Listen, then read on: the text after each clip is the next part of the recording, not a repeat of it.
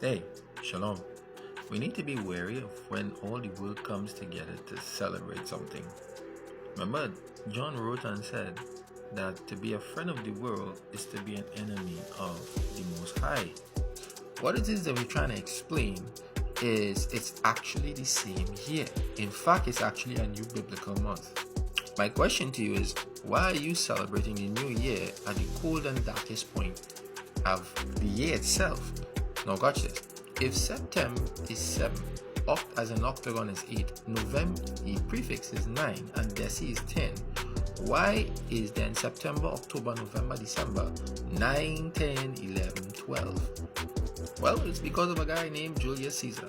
See, the entire Roman calendar was going off course, the festivals going off course, alright, and so they changed times and laws. That's what Daniel 7:25 spoke about.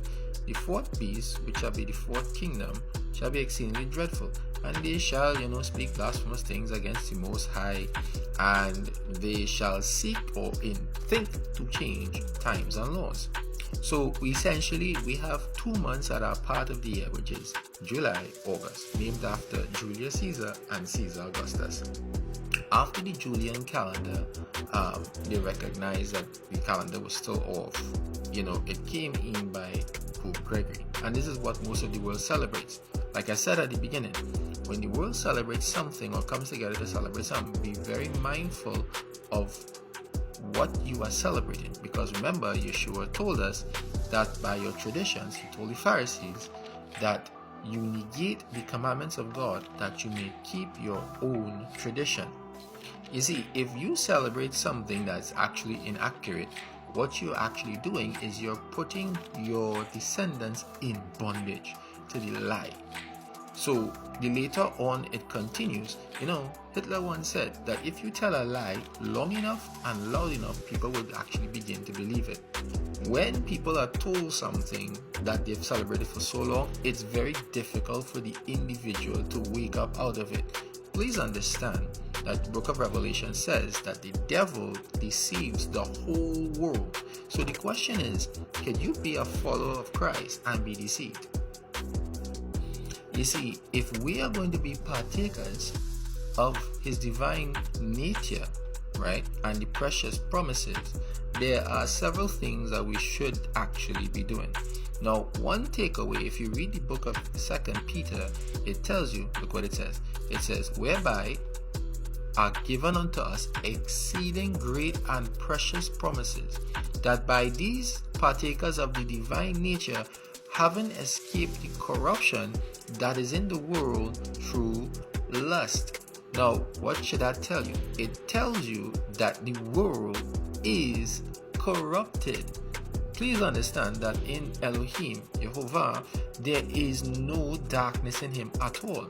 But Peter goes on giving us some advice, some godly advice that we should be taking so that we don't fall prey and trap, having to then get people getting disqualified from entering into the kingdom. And one of that piece of advice is, he says, for this, but also for this very reason, giving diligence, all diligence, to add to your faith.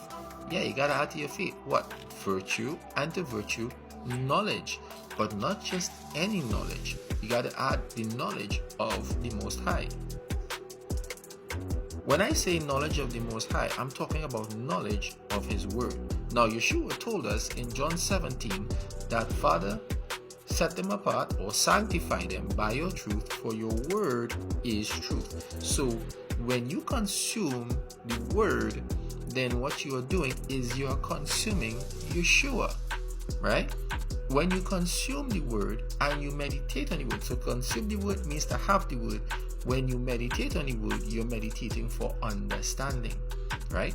When you walk in the Word, what you're doing is you're walking in the light and not in the darkness. So the question we want to ask is, who determines when the year begins? Let's take a look at scripture.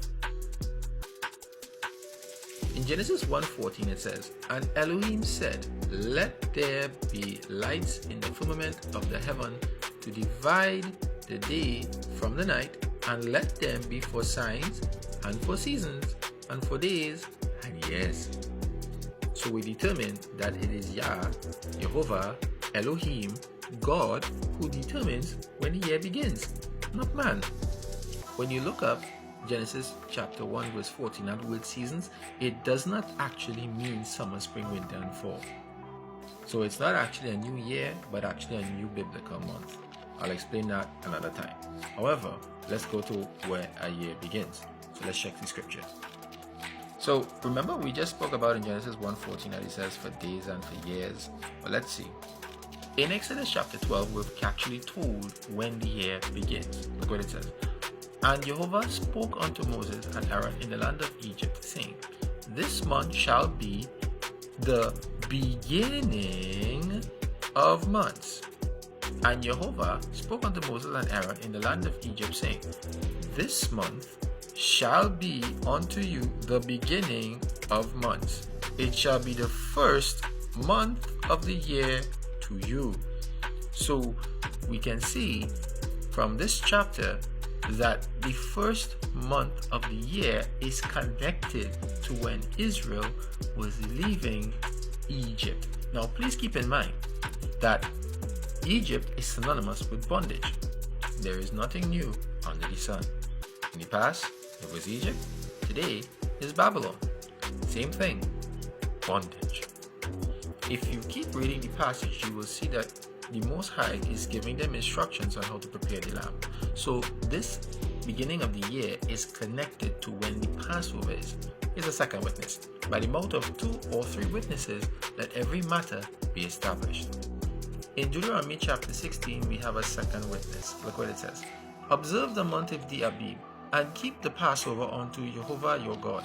For in the month of the Abib, the Lord thy God, Jehovah, brought thee forth out of Egypt by night. So we see that in Exodus 12 that it would be the beginning of months, also known as the Resh Chodesh, right? The head of months. You can only be the head of the months if you're the first of the year. It doesn't work if it's in the 7th month. That's a Jewish tradition. Rosh Hashanah, that's a Jewish tradition. You can't have the beginning of months in the 7th month. I know some people would say, hey, that's the civil calendar, but it's not the beginning of month. Some people say, Happy New Year. No, it doesn't work. If you're having the beginning of the year in the 7th month, it means you have a real short year. Alright, cool. So you see this word here, Abib, right? It's like, what is that? Is that a month? Well, actually, no. It's not the name of a month, but it's actually the determination of when a crop is. When you check up what the word Abib means in the Strong's, it means fresh, young barley ears. Barley. Month of air forming, of greening of crop, of growing green Abib. Month of Exodus and Passover. March or April. Now do you understand when they say April Fools? You've been fooled.